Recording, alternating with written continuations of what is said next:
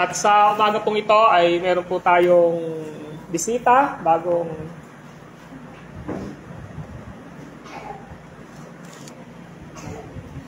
mukha at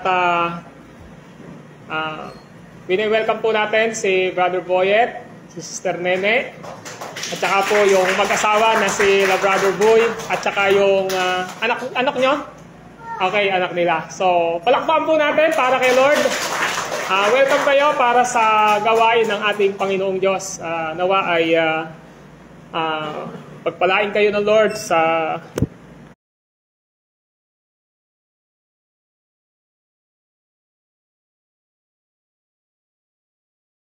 paikinig at pag-aaral na salita ng Panginoong Diyos. So ngayong umaga po ay dadakong po muli tayo sa ating pong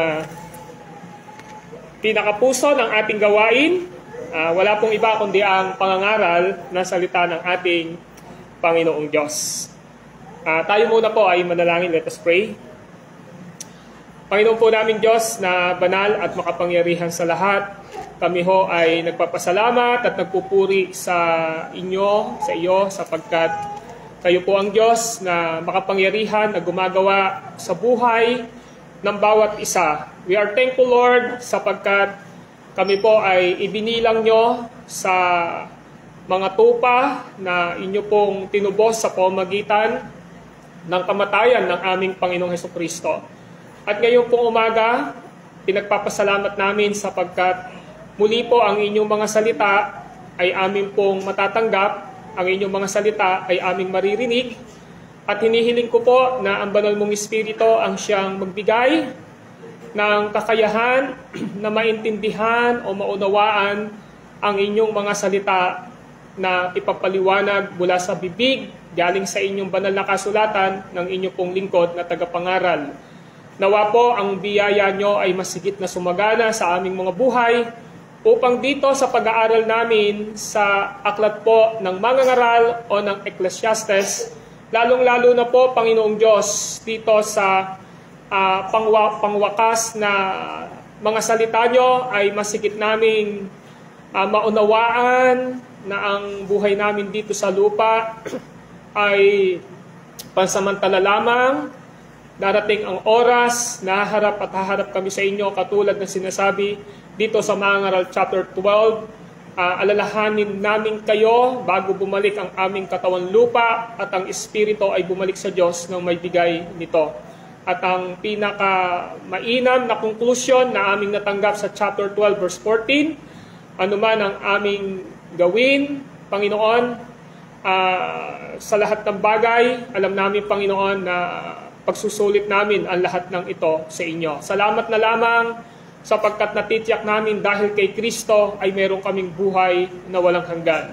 Ang mga salita niyo pong ito ay magdala ng pagbabago sa aming pagkaloobang pangangailangan, kung mayroon man pong mga struggle, kung mayroon man pong mga weaknesses na mayroon pa kami, maghatid dito ng panibagong pagtapyas at pag-alis sa mga kahinaan na mayroon pa kami upang maluwalhati ka at madala ito sa kapakinabangan ng aming buhay espiritual at kayo ay mabigyan ng karangalan. Maraming salamat po. This is our prayer in Christ's name. Amen and amen. Okay, tayo po ay nagpapatuloy sa ating series sa Ecclesiastes chapter 12. Mangangaral. At ngayon po ay nasa verse 14 na tayo. Ito yung konklusyon ni Haring Solomon, na kung saan ay ginamit ng Diyos upang sumulat dito. Now, ang ating sermon title ay may pamagat na Remember God Eternally, o alalahanin ang Diyos ng walang hanggan. Ito po ay ang pang-apat na bahagi dito sa ating pag-aaral patungkol sa paksang Remember God Eternally. Yung question natin last Sunday ng mga nakaraan ay hindi ho nagbabago, at ang tanong ay ito: paano mo aalalahanin ng Diyos sa iyong buhay? Now, gusto ko lang pong bigyan ng konting explanation itong question na ito, yung tanong na ito, sapagkat pinapakita rito na sa chapter 12 na remember God o alalahanin mo ang Diyos sa panahon ng iyong kalakasan. So, maliwanag na sinasabi ng salita ng Diyos na we need to remember God while we have strength dito sa lupang ito. At ang nakita natin dito, ang salitang remember o alalahanin ay nagpapakita na lagi mong dala ang isang tao sa pamamagitan ng iyong isipan na ang lahat ng ginagawa mo ay nagbibigay ito ng lakas galing sa Kanya. Kumbaga sa parang sinasabi ng mga magulang, ginagawa ko ito para sa aking mga anak, especially yung mga nasa abroad, di po ba? So, maliwanag dito na sinabi ni Haring Solomon na remember God in the time of your strength o alalahanin mo ang Diyos sa panahon ng iyong kalakasan. Ang sinasabi niya rito, ilagay mo sa isipan mo ang Diyos. Yun ang gusto ipakita. Ilagay mo sa isipan mo ang Diyos, ilagay mo si Kristo sa iyong isipan. Yan ang gusto pong ipakita rito ni Haring Solomon o ng mga ngaral. Kaya, yung tanong, paano mo alalahanin ng Diyos sa iyong buhay? Number 1, nakita natin, sa kaalaman mo na pasamantala lang ang buhay mo dito sa lupa. Nakita natin sa verse 7 yun Ang sabi ron, alalahanin mo siya, bago man balik sa lupa, ang ating katawan lupa at ang espiritu ay magbalik sa Diyos nang may bigay nito. So number 2, sa kaalaman mo na may tungkulin ka sa Diyos. Nasa verse 13, ang sabi ron, sa kabila ng lahat ng ito, isa lamang ang aking masasabi. Matakot ka sa Diyos at sundin mo ang kanyang mga utos, pagkat ito ang buong katungkulan ng tao. So yung number 3, nandito pa rin po tayo, sa kaalaman mo na lahat ng tao ay magsusulit sa Diyos. Alalahanin po natin na lahat ng tao ay magsusulit sa Diyos. Alalahanin mo na ikaw at ako ay magsusulit sa Diyos. Yan ho ang sinasabi ng verse 14.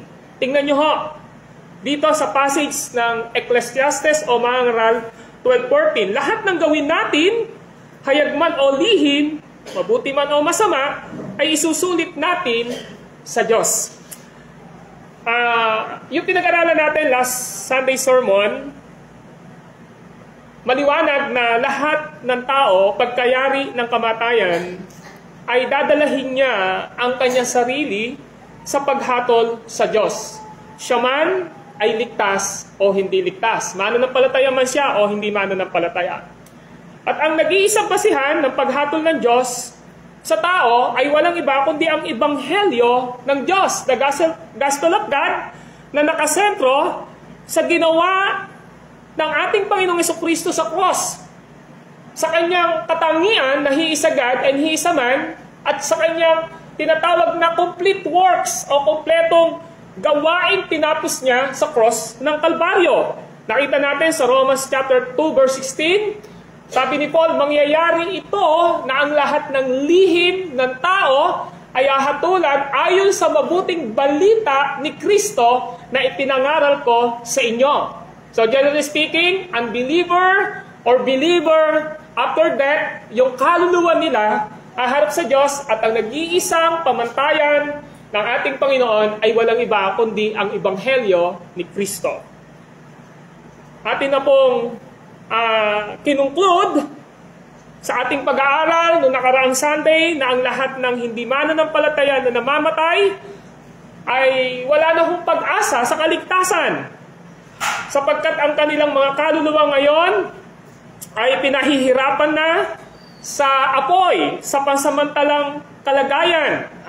Kanina sa Sunday School, atin po itong natalakay. Ang tawag ho dito ay intermediate state o pansamantalang lagayan ng kaluluwa. At tiningnan natin sa huling pagbabalik ng ating Panginoong Jesucristo, ang kumpletong kalagayan ng kanilang kaluluwa kasama ang kanilang katawan ay mas may higit na bigat ng parusa para sa kanila. Saan? Sa lawang apoy na supre na kanilang ikalawang kamatayan. Nakita natin yan sa Pahayag 22 verse 8 kanina sa Sunday School. Nakita natin yan sa Lucas 16 verse 22. Sabi ng matandang mayaman, yung kanyang kaluluwa, naghihirap ako sa apoy na ito. Sabi, nauuhaw ako sa apoy na ito. So kung inuklod natin na ang isang tao na namatay ay wala ng hope, wala ng pag-asa. Sila ay magsasuffer ang kanyang kaluluwa. In the second coming, magsasuffer ang buong pagkatao niya sa lake of fire.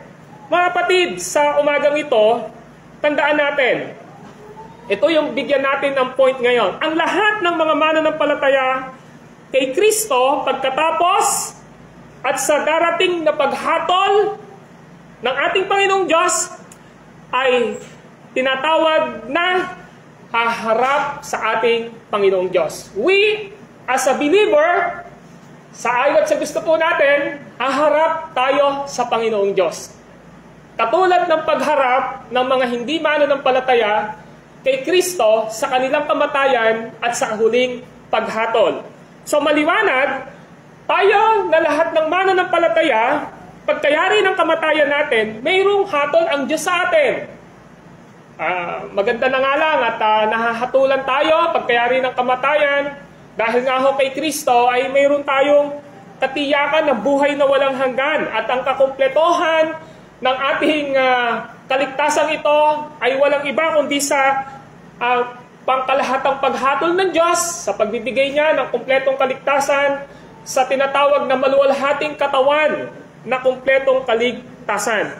Meron 3 bagay na nais po ako na ibigay sa atin ditong pag-aaral sa sinabi o sinambit ni Haring Solomon. Ang sabi niya sa verse 14, lahat ng gawin natin, hayag man o lihim, mabuti man o masama, ay isusulit natin sa Diyos. Kaya nga, yung reminders niya, dito sa chapter 12, nagsasabi sa atin ngayon dito, na yung buong pagkatao natin, yung katawan natin, hanggat meron tayong lakas, nakakakita tayo, hindi pa maputi yung buhok natin, nakakalakad pa tayo, lahat ng binanggit niya rito na mga adjectives o pagkakilanlan sa magandang kalusugan ng isang mananampalataya, ay sinasabi niya na alalahanin natin. Alalahanin natin. Why? Because in verse 7, sabi ng Word of God, alalahanin mo siya bago manumbalik sa lupa. Ang ating katawan lupa at ang ating espiritu ay magbalik sa Diyos nang may bigay nito. So sinasabi ngayon dito ng mga ngaral na itong katawan na mayroon tayo ngayon ay gamitin natin to glorify God sa buhay natin.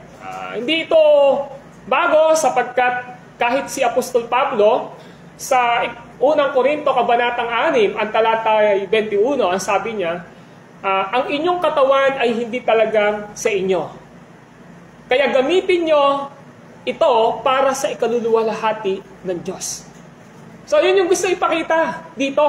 Kaya malinaw na ang paalala rito palagi ng salita ng Panginoong Diyos, yung salitang remember God in the time of your youth or your strength, pinapakita rito yung span ng buhay natin. Hanggat may lakas tayo, mamuhay tayo sa Ebanghelyo ng ating Panginoong Diyos, mamuhay tayo na ayon sa salita ng Panginoong Diyos, because one day at a time, haharap tayo sa Diyos at ang lahat ng buhay na mayroon tayo ay ipagsusulit natin sa Kanya. Kaya nga sabi ng verse 14, lahat ng gawin natin, hayag man o lihim, mabuti man o masama, ay ipagsusulit natin sa Diyos.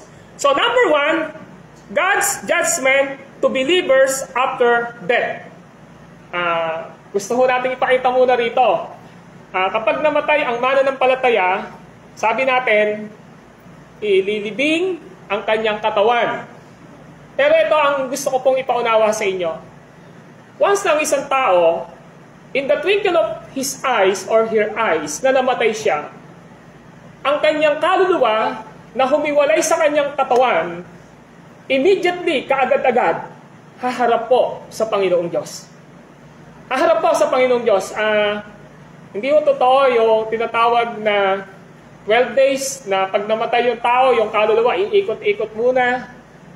Natatakot, nandyan, ay, meron ekang black butterfly, mukhang nandyan kay kaluluwa. Yung mga ganong iniisip natin, di ba? Hindi ho ganon. Malinaw na sinasabi po ng banal na kasulatan na kapag ang isang tao ay namatay at ang kanyang kaluluwa ay humiwalay sa kanyang katawan, immediately, agad-agad, ay may hatol ang Diyos sa kanya. This is the language of Hebrew chapter 9, verses 27 to 28. Now, please open your Bible in Hebrew o Hebreo chapter 9, verse 27. Ang sabi ho rito sa Hebreo chapter 9, verse 27 ay ganito. Now listen, ang sabi ng verse 27. Itinakda sa mga tao na minsan lamang mamatay at pagkatapos ay ang paghuhukom. Gayon din naman si Kristo'y minsang inihandog bilang hain upang pawiin ang mga kasalanan ng mga tao. Siya'y muling darating hindi upang ihandog na muli dahil sa kasalanan, kundi upang iligtas ang mga naghihintay sa Kanya. So sinasabi ngayon dito ng Apostle Paul na kung paanong si Christ ay minsan lamang mamatay, once lang po siyang namatay, at pagkayari ho nun ay nabuhay siya, hinatulan niya ang kasalanan, sinasabi niya, ang tao minsan lang din mamamatay. So, ibig sabihin po, there are no first, second, and third death na sinasabi ng tao na, ay, namatay na ako at binuhay lang ako ng Panginoon. The mere fact na nabuhay ka, ay hindi pa yon yung oras na binigay ng Diyos sa iyo sa Psalms 139. Alam ng Diyos yung haba ng buhay natin, nakatitik ito sa aklat niyang talaan. Matanggal ng balangkas, siya lamang ang may alam. So sinasabi ngayon dito, minsan lamang mamatay ang tao. O ano mangyayari ngayon? Pag namatay yung tao, namatay yung kanyang katawan, sabi gano'n, aalis ang kaluluwa niya sa kanya. At pag alis niya ang kaluluwa niya, haharap ito sa ating Panginoong Diyos. Kaya ang sabi ng 9:27, ang linaw po. Ang sabi doon, itinakda sa mga tao na minsan lamang mamatay. Ano yung mangyayari pag namatay? Pagkatapos ay paghuhukom. So, ibig sabihin, pag dumating po yung oras na ang katawan natin ito ay namatay, agad-agad ang kaluluwa natin haharap po sa Diyos. At pagharap natin sa Diyos, hahatulan niya tayo. Now, ang tanong natin, para tanggapin tayo ng Diyos, yung kaluluwa natin sa kanyang kaharian, ano ang dapat na makita? Ano ang dapat na maging basihan ng Diyos upang pagkayaring mamatay ng katawan natin ito at ang kaluluwa natin ay haharap sa Kanya? Ano ang basis para ang isang tao ngayon pa lang alam niya rito na papasok siya sa kaharian ng langit? Ang sabi sa Romans chapter 2 verse 16. Ang sabing gano'n ng Roma, kabanatang 2, talatang 16, ay ito. Now listen, in Romans chapter 2, verse 16. Ayon sa mabuting balita na aking ipinangaral, mangyayari ito sa araw na ang lihim ng tao ay hahatulan ng Diyos sa pamamagitan ni Kristo. So the sole basis, ang nag-iisang basihan ng paghatol ng Diyos upang ang kaluluwa ng isang tao ay pumasok sa kalangitan ay walang iba kundi ang ebanghelyo ni Kristo. Amen po ba? Bakit po gospel ni Kristo? Bakit po ebanghelyo ni Kristo? Una sa lahat, sapagkat malinaw na ang ebanghelyo patungkol kay Kristo ang nag-iisang paraan ng Diyos upang ang tao ay maligtas. Romans chapter 1 verse 16. Hindi ko ikinahihiya ang mabuting balita tungkol kay Kristo sapagkat ito ang kapangyarihan ng Diyos sa ikaliligtas ng bawat sasampalataya. Yung ebanghelyo ni Kristo ang nag-iisang paraan ng Diyos upang ang isang makasalanan ay maligtas mula sa puot ng Diyos. Dahil in verse 18 ng Romans chapter 1, ang sabi rito, nahayag mula sa langit ang puot ng Diyos laban sa lahat ng kalapastanganan at kasamaan ng mga taong sumisiil sa kasamaan, ng mga taong sumisiil sa katotohanan sa pamamagitan ng kanilang kasamaan. So meron puot ang Diyos sa isang tao na hindi pa naliligtas. At ang tanging kakansila lamang upang ang isang tao ay hindi maranasan ang puot ng Diyos sa apoy ng impyerno, pagkayari niyang mamatay dito sa lupa, ay may nag-iisa lamang pong titingnan ang Diyos sa tao.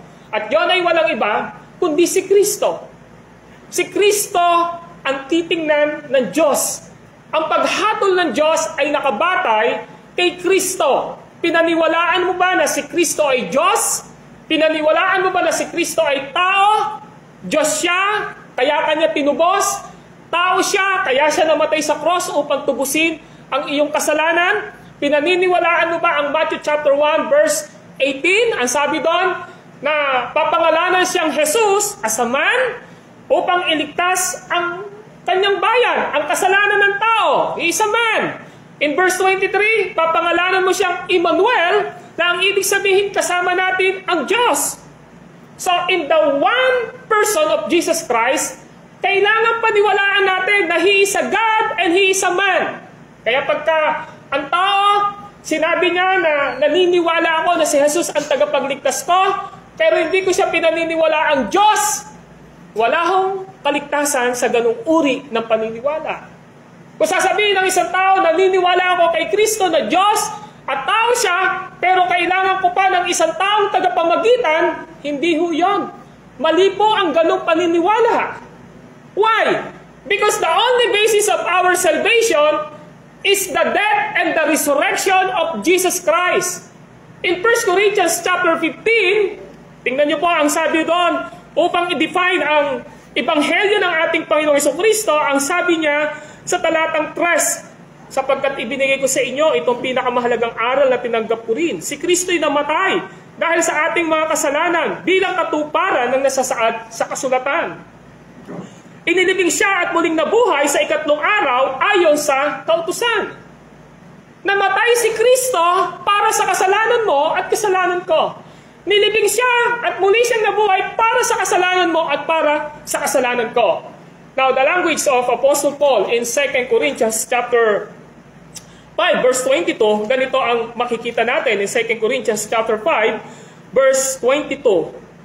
21, hindi nagkasala si Kristo, ngunit dahil sa atin siya ibinilang na makasalanan, upang makipag-isa tayo sa Kanya at mapabanal sa harapan ng Diyos sa pamamagitan niya. Jesus Christ is sinless, but because of you and me, ginawa siyang makasalanan upang akuin niya ang kasalanan mo at kasalanan ko. When?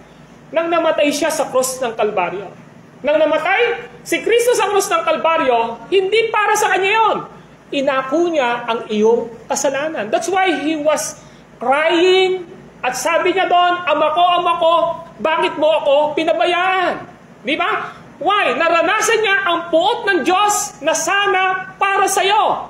Pag namatay ka sana, ikaw ang dadanas ng puot ng Diyos sa impyerno, sa apoy ng paghihirap. Magsasaper ang kaluluwa mo doon. Pero si Kristo ang umako nun nang namatay siya sa krus. Kaya siya na walang kasalanan ay ginawang makasalanan upang tayo'y maging matuwid sa harapan ng Panginoong Diyos.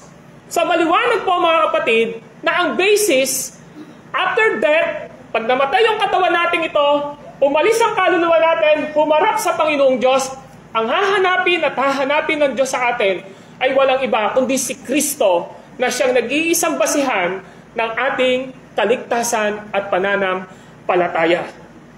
Now, this is the situation of yung matandang mayaman na kanina rin ay napag-aralan natin sa Sunday School at maging si Lazaro. After that, nilibing ang kanilang katawan para makita natin ang espesipikong pagkasabi ng isang karanasan na tinuran o sinabi ng ating Panginoong Jesucristo sa Lucas 16 verse 20. Ganito po ang sabi ng Lucas 6:20 at sumusunod na talata.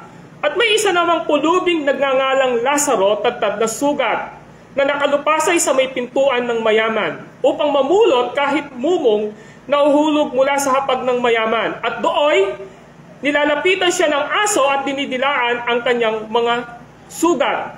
Namatay ang pulubi at dinala ng mga anghel sa piling ni Abraham. So namatay yung pulubi, si Lazaro. So ano yung expect natin nung namatay si Lazaro? Of course, nilibing po ang kanyang katawan. Pero nung namatay siya, saan dinala ng mga anghel ang kanyang kaluluwa? Sa piling ni Abraham. So ang kasunod ay ito, sa verse 22. Namatay rin ang mayaman at inilibing.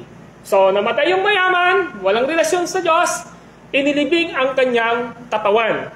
So ang senaryo, yung kaluluwa ni Lazaro, dinala sa piling ni Abraham. Si Abraham, in Genesis chapter 12, 15, at sa mga sumunod na talata, ay father of faith from Old Testament. Ibig sabihin, si Abraham ay ninuno sa pananampalataya at natitiyak na siya ay nasa langit, ang kanyang kaluluwa. So dinala ng mga anghel ang kaluluwa ni Lazaro saan? Sa piling ni Abraham. So sure, na kaluluwa ni Abraham, after judgment, nasa langit. Pero namatay din ang lalaking mayaman. Nasabi ng verse 22 ng huling bahagi.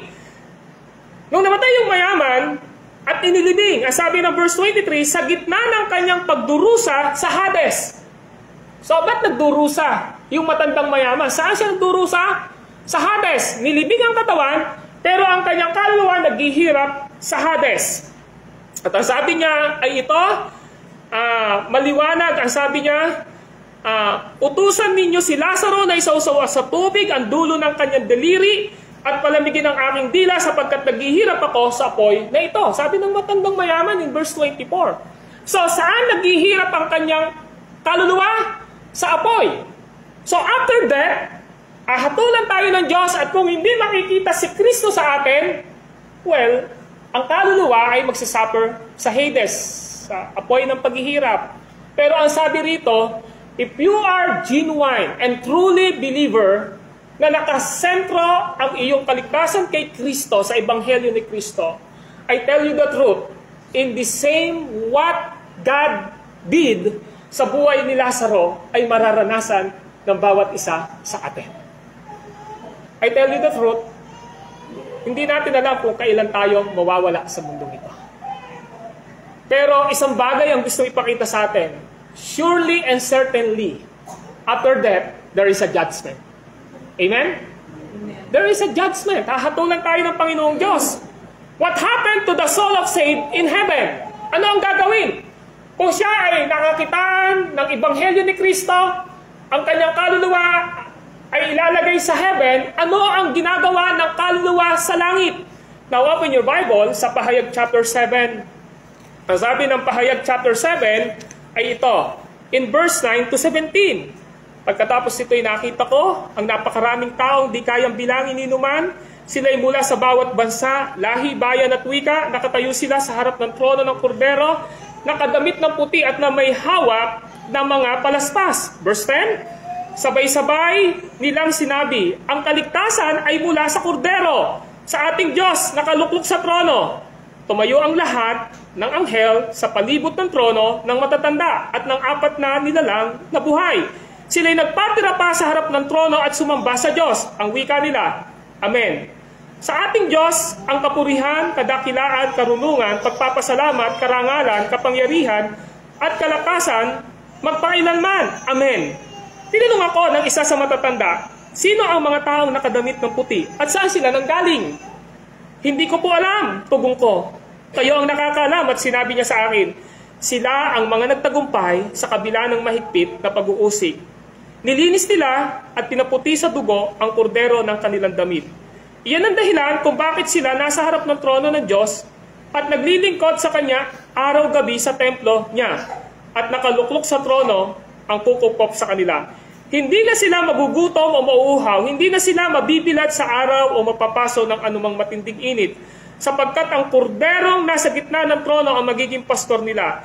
Sila'y dadalahin niya sa mga bukal na tubig na nagbibigay at papahiran ng Diyos ang luha sa kanilang mga mata. And that is eternal life.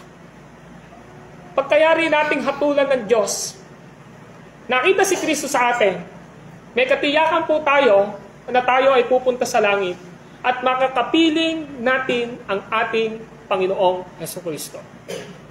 Yung naranasan mong suffering dito sa lupa, despite na hindi pa nabubuhay ang iyong katawan, ang sabi ng banal na kasulatan, hindi mo na mararanasan yung mga dinadaanan mo ngayon.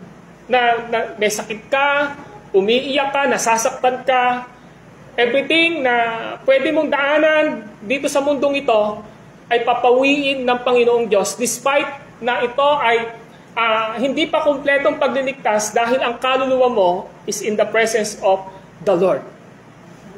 Gaano po kaganda ang gustong ipakita sa atin ngayon dito?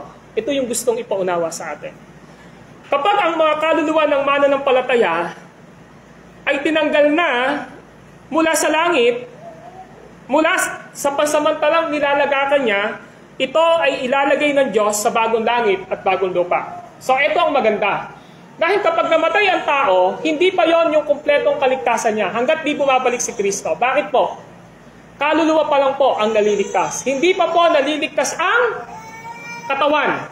So in the second coming of Jesus Christ, ito yung kumpletong kaligtasan na gustong ibinigay sa atin. Halimbawa, sa unang Thessalonica chapter 4. Buksan po natin ang unang Thessalonica chapter 4. Meron po sinasabi ang unang Thessalonica chapter 4, verse 15 and 18. Ang sabi, ito ang aral ng Panginoon na sinasabi namin sa inyo. Pagparito ng Panginoon, tayong mga buhay ay hindi mauuna sa mga namatay na. Sa araw na yon, kasabay ng malakas na utos ng tinig ng arkanghel at ng tunog ng trono ng trumpeta ng Diyos, bababa ang Panginoon mula sa langit. Bubuhayin muna ang mga namatay at nanalig kay Kristo. Pagkatapos tayong mga buhay pa ay titipunin niya sa ulap at isasama sa mga binuhay upang salubungin sa papawirin ang Panginoon. Sa gayoy, makakapiling niya tayo magpakailanman. Kaya nga mag-aliwang kayo sa pamamagitan ng aral na ito. And even in 1 Corinthians chapter 25, chapter 15, verses 25 to 58. Kaya nga yung conclusion sa verse 58, kaya nga mga kapatid, magpakasipag kayo para sa gawain ng Diyos. Yamang ang inyong ginagawa ay hindi nasasayang sa Kanya. Why? Kasi sinasabi ni Paul sa kabuuan ng chapter 15 na ang tunay na naligtas sa Ebanghelyo ni Kristo, sa ayon sa gusto niya, mamamatay ang kanyang katawan. Pero sinasabi ni Paul sa chapter 15 na one day, babalik si Kristo at ang katawang panlupa ay bibigyan ng katawang panlangit. At ang katawang panlangit na ito ang pinaka pangwalang hanggang katayuan ng isang tao at kumpletong kaligtasan ng ibinigay ng Diyos sa kanya. Kaya nga po, kapag ang isang tao ay bumalik si Kristo, this is the complete salvation ng Diyos sa atin. So ano nga yung mangyayari? Ang mangyayari ngayon sa atin, pinapakita ngayon dito na ang tao ay kailangan niyang maunawaan na ngayon lahat ng ginawa niya ay ipagsusulit niya sa Diyos. Revelation chapter 20, verses 11 to 15. Ito na nga po yung gustong ipakita sa verse 11. Pagkatapos ito ay nakita ko ang isang malaking tronong puti at nakaluklok doon na para manlupat langit sa kanyang harapan at hindi na nakita pang muli. At nakita kong nakatayo sa harap ng trono ang mga namatay, maging dakila at maging hamak, at binuksan ang mga aklat. Binuksan ang isa pang aklat, ang aklat ng buhay. Hinatulan ng mga patay ayon sa kanilang ginawa gaya ng nasusulat sa mga aklat. Inuluwa ng dagat ang mga patay na nasa kanya, inilabas din ng kamatayan at ng Hades ang mga patay na nakalagak sa kanila. Hinatulan ang lahat ayon sa kanilang mga ginawa. Pagkatapos ay itinapon sa lawang apoy ang kamatayan at ang Hades. Ang lawang apoy na ito ang pangalawang kamatayan. Itinapon sa lawang apoy ang sino mang hindi nakasulat ang pangalan sa aklat ng buhay. Now, this is the first time to mention dito sa Book of Revelation na ang lahat ng ginawa natin ay nakasulat sa aklat, sa mga aklat. So, ibig sabihin, typologically, ang sabi ni Apostle John, lahat daw ng ginawa natin ay nakasulat sa mga aklat. Sabi ho doon sa verse 12, binuksan ang mga aklat. Tapos, ang sabi ron, binanggit ho doon yung mga sinulat sa mga aklat. Usually, this is not literal na may aklat ang Diyos sa langit. Ito po ay tinatawag na typology na nagpapakita na ang Diyos, alam niya ang lahat ng buhay natin. Ang ibig sabihin po, yung lahat ng ginawa natin, yung conscience natin, yung konsensya natin, alam ng Diyos ang lahat ng ito. Alam niya ang motibo ng lahat ng meron tayo. Ngayon, ang tanong po, kapag hinatulan tayo ng Diyos in the second coming, magbabago pa rin ba ang tingin ng Diyos sa atin? Kuwari, Kristiyano ka, nasa harapan ka na ng Diyos bilang final judgment. Sigurado po ba na pagka hinatulan ka ng Diyos, pupunta ka pa ba sa impyerno kung anak ka ng Diyos? Hindi na po. Meron pong basis na tinuturo ang Biblia na ang paghatol na panghuli ng ating Panginoong Diyos, kasama ang katawan at kaluluwa natin, niluwalhating katawan natin, panlangit na katawan natin, ay nagsasabi sa atin ngayon na ahatulan niya tayo. At bakit niya tayo ahatulan? Well, ang gustong ipakita rito, this is for our reward in heaven. Amen.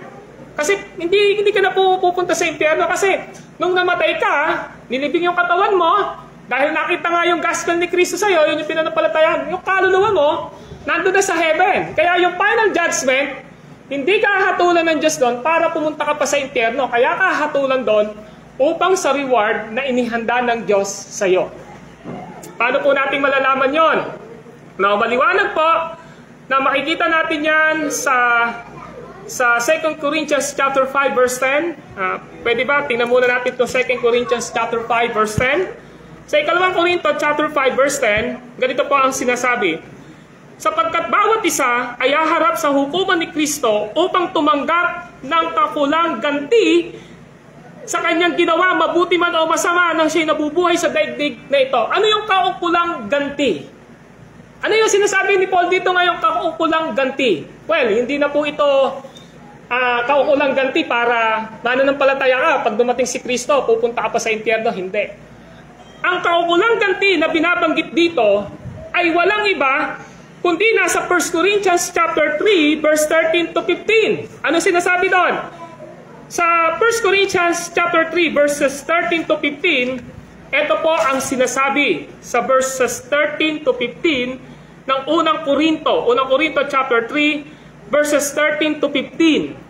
Makikilala ang uri ng gawa ng bawat isa sa araw ng paghuhukom. Sapagkat ang araw na yon ay iyahayag ng apoy na siyang susubok at maghahayag ng tunay na uri ng gawa ng bawat isa. So, yun lahat ng ginawa natin. Matetest po. At sabi sa verse 15, okay? Verse 14, kung ang itinayo sa ibabaw ng pundasyon ay mananatili ang nagtayo nito'y tatanggap ng gantimpala. So, reward na po yung ibig sabihin pala. Ngunit kung masunog, mawawalan siya ng gantimpala, gayon man, maliligtas siya lamang ay parang nagdaan sa apoy.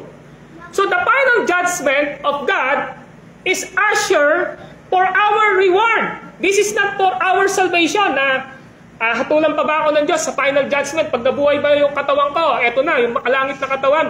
Pag pahinatulan ako ng Diyos, itatapong pa ba ako niya sa impyerno? Hindi po. Hatulan niya tayo sa lahat ng ginawa natin upang magdala ito sa tinatawag na kaukulang ganti o gantimpala na inihanda ng Diyos sa atin. Halimbawa, naglilingkod ka sa Diyos, pumupunta ka rito sa church. Pero yung motibo mo, hindi para sa Diyos. Alam ng Panginoon yun. Alam ng Lord yun. Kung naglilingkod ka sa Panginoon pero hindi naman tama yung puso mo, sabi nung masusunog lang ito, wala itong magiging ganti, gantimpala. Kaya yung ganti, paineksing gantimpala po yun di ba? Hindi po magkakaroon ng reward, hindi po magkakaroon ng gantimpala ang sabi ng banal na kasulatan. So, ibig sabihin, lahat ng ginagawa natin ngayon, pagdating sa huling paghuhukom, ay itetest ng ating Panginoong Diyos. Kuwari, nagbigay ka sa isang tao, ano ba yung motibo mo? Para ma-highlight lang ako, para maging sikat ako, di ba? Kuwari, nagbigay ka sa church, pero ang gusto mo lang para makita na ma-impress sila sa'yo. So, ang gustong ipakita ng Diyos dito, na sa lahat dapat ng ginagawa natin, we are doing all of this because of our love, pag-ibig natin sa Diyos. Ang nagda-drive out sa atin, bakit ako nagpastor? Bakit ako naglilingkod? Not for money, not for fame, not for anything. Naglilingkod ako sa Diyos dahil mahal ko ang Panginoon. Amen? Hindi ako naglilingkod sa Diyos dahil sa pera. Hindi ako naglilingkod sa Diyos para sumikat ako. Hindi ako naglilingkod sa Diyos para i-impress kayo. Naglilingkod ako sa Diyos dahil mahal ko ang Diyos. Naglilingkod ako sa Panginoon dahil sa Diyos minamahal ko ang kanyang church. Dahil sa Diyos minamahal ko ang ministry. Dahil sa Diyos ginagawa ko ang mga bagay na ito. Dahil sa Diyos handa akong mag-suffer alang-alang sa Ebanghelyo ni Kristo. Kapag ang motibo ho natin na meron tayo ngayon ay hindi according to the gospel, na ginagawa natin ito, hindi para sa Diyos, hindi para sa sino man, kundi para sa sino man, lahat ng ito ay mababali wala. Kaya hindi malayo na maisip natin na sinabi ni Paul sa Colossians 3:17 and 21, ang sabi niya, whatever you do in deeds and words, do it for the glory of God. Sa Tagalog, ano man ang gawin mo sa isip, sa pananalita at sa gawa, gawin mo ito upang maparangalan o maluwalhati ang Diyos. Ibig sabihin, kung bakit tayo nandito ngayon, because we love God. Amen po ba? Hindi tayo napilit. Hindi tayo nahihiya sa isang tao. Nandito tayo dahil primarily, gusto ko na maluwalhati ang Diyos sa aking buhay. Bakit ka nagbibigay sa Lord ng ikaputhandog mo? Gusto kong maluwalhati ang Diyos. Bakit ka naglilingkod sa Panginoon? Gusto kong maluwalhati ang Diyos. Bakit mo ginagawa yan? Para sa church, sa Panginoon. Gusto kong maluwalhati ang Diyos. So sabi nga ho ng isang catechism, what is the chief end of man? The chief end of man is to glorify God. Ano ba ang tanging tungkulin ng tao? Ang tungkulin ng tao ay luwalhatiin niya ang Diyos at maranasan niya ang kagalakan sa Diyos magpawalang hanggan. Kasi kung tayo man po ngayon naglilingkod sa Diyos, pero mali yung puso natin, mababaliwala po ito. That's why sinasabi ng Apostle Paul, we need to be sure and certain sa buhay natin na tayo ay totoong Kristiyano at tayo totoong naglilingkod, hindi dahil sa ano pa man. Tama ang puso natin, tama ang paglilingkod natin sa ating Panginoong Diyos. Kaya ang sabi ng verse 13, makikilala ang uri ng gawa ng bawat isa sa araw ng paghuhukom, sapagkat sa araw na yaon ay iyahayag ng apoy na siyang susubok at maghahayag ng tunay na uri ng gawa ng bawat isa. At kung masunog, walang tatanggaping gantimpala. Kung mananatili, ay mayroong gantimpala. That's why in 1 Corinthians 15:58, kaya nga mga kapatid, magpakasipag kayo sa gawain ng Panginoon, yamang nalalaman ninyo na ang inyong ginagawa ay hindi nasasayang sa Panginoong Diyos. Kung ang puso ho natin ay tama, sa lahat ng gawain ng ating Panginoong Diyos, wala hong sayang. Pumunta ka dito sa church dahil gusto mong i-worship si God, hindi nasasayang ang oras ng pag-upo mo rito. Amen? Nagbigay ka sa Panginoong Diyos. Naging faithful ka kay Lord. Hindi nasasayang itong binigay mo sa gawain ng Diyos dahil alam ng Panginoon ito. Amen? Nagsiserve ka kay God, humahayo ka, pumupunta ka, patuloy ka nagiging source of encouragement sa kapatiran, patuloy ka na nagnanais na maglingkod sa Panginoong Diyos. Whatever we do in deeds and word, because we want to glorify God, this is not in vain. Hindi po ito nasasayang, mga kapatid. Punto natin dito. So yan yung gustong ipakita sa atin. Kaya yung word na haharap tayo sa hukuman ng Panginoong Diyos, yung word na ang lihim natin ay hahatulan ng Panginoong Diyos, well, this is for our reward. This is for our benefits. At pag-aaralan natin ito sa susunod na Sunday, ano ba ang mga reward na maaaring matanggap natin? Di ba? Baka pasang-awa lang tayo sa buhay spiritual natin because of the grace of Jesus Christ. Pero magandang maintindihan natin na kung mag-iisip tayo ng masama para sa Lord, para sa ministry, para sa kapwa natin, God knows. Amen? Alam ng Lord ang lahat ng bagay. That's why, mga kapatid, ang gustong ipakita sa atin ngayon ng ating Panginoong Diyos, we are thankful sa Panginoon dahil naligtas tayo, dahil kay Kristo. Tiyak po yun. As a summary, ito ang gustong ipakita sa atin. Mamamatay ang katawan natin, and immediately pag namatay ang katawan natin, haharap sa Diyos. At pagharap sa Diyos ng kaluluwa natin, hahatulan niya tayo. Ayon sa Ebanghelyo ni Kristo. Tinitingnan sa atin, tayo ba ay totoong na-save dahil sa kamatayan at pagkabuhay ni Kristo? And it will give us pansamantala ng kaligtasan ng kaluluwa in heaven. But in the second coming of Jesus Christ, doon sa ating maluwalhating katawan, mayroon tinatawag na final judgment at lahat tayo ay hahatulan. Hahatulan niya tayo sa lahat ng ginawa natin. At doon papasok ang tinatawag na pagbibigay ng gantimpala ng Diyos sa buhay na mayroon tayo.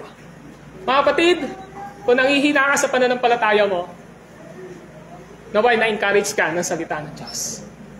Kung nag-iisip ka na hindi na ako magpatuloy, eto ngayon ang gustong ipamotivate ng Lord sa atin. Kung iniisip mo ngayon sa buhay mo na ayoko nang magpatuloy kay Kristo, eto yung gustong ipakita sa atin ngayon. Maiksi ang buhay ng bawat isa sa atin. Think about this. Sa ayaw sa gusto natin, in the appointed times ng Panginoong Diyos, under the sun, in Ecclesiastes chapter 3, may panahon ng pagsilang, may panahon ng kamatayan. Everything is vanity, sabi ni Solomon. Lahat ng meron tayo, walang saysay. In a sense, kapag tinignan natin yung taming future natin sa langit. Buti pala, hindi ako naging gahaman sa salapi. Di ba? Parang si Haring Solomon, yung sinasabi niya, buti na lang, tinuruan ako ng Panginoong Diyos sa pagiging humanizer ko. Si Paul sinabi niya, buti na lang, yung mga ginto na meron ako, hindi ko ito in-idol. Mga kapatid, hindi natin pwedeng ikumpara ang ating sitwasyon ngayon, anuman ang meron tayo, sapagkat ang kabuuan ng pahayag ng Ecclesiastes ay nagsasabi sa atin, everything is vanity. Lahat ng bagay ay walang saysay kung ito ay hiwalay saan? Sa gustong mangyari ng Diyos sa ating mga buhay. Kahit yung katawan natin ito, kahit gaano ka karunong, walang saysay ito sa harapan ng Diyos kung hindi mo gagamitin para maluwalhati siya. Amen. Kahit gaano pa ikaw ang materialismo sa buhay mo, ng yaman na mayroon ka, kung ang lahat ng ito ay hiwalay sa Diyos at hindi mo nakikita for the glory of God para sa preparation sa future mo, lahat ng ito is vanity, walang saysay sa harapan ng Diyos. Isa lamang ang gustong ipakita sa atin sa mga ngaral chapter 12 verse 7, isa lamang ang tungkulin ng tao. Matakot ka sa Diyos, sundin mo ang kanyang mga utos, sapagkat ito ang buong katungkulan ng tao. Ang buong katungkulan mo, matakot ka sa Diyos.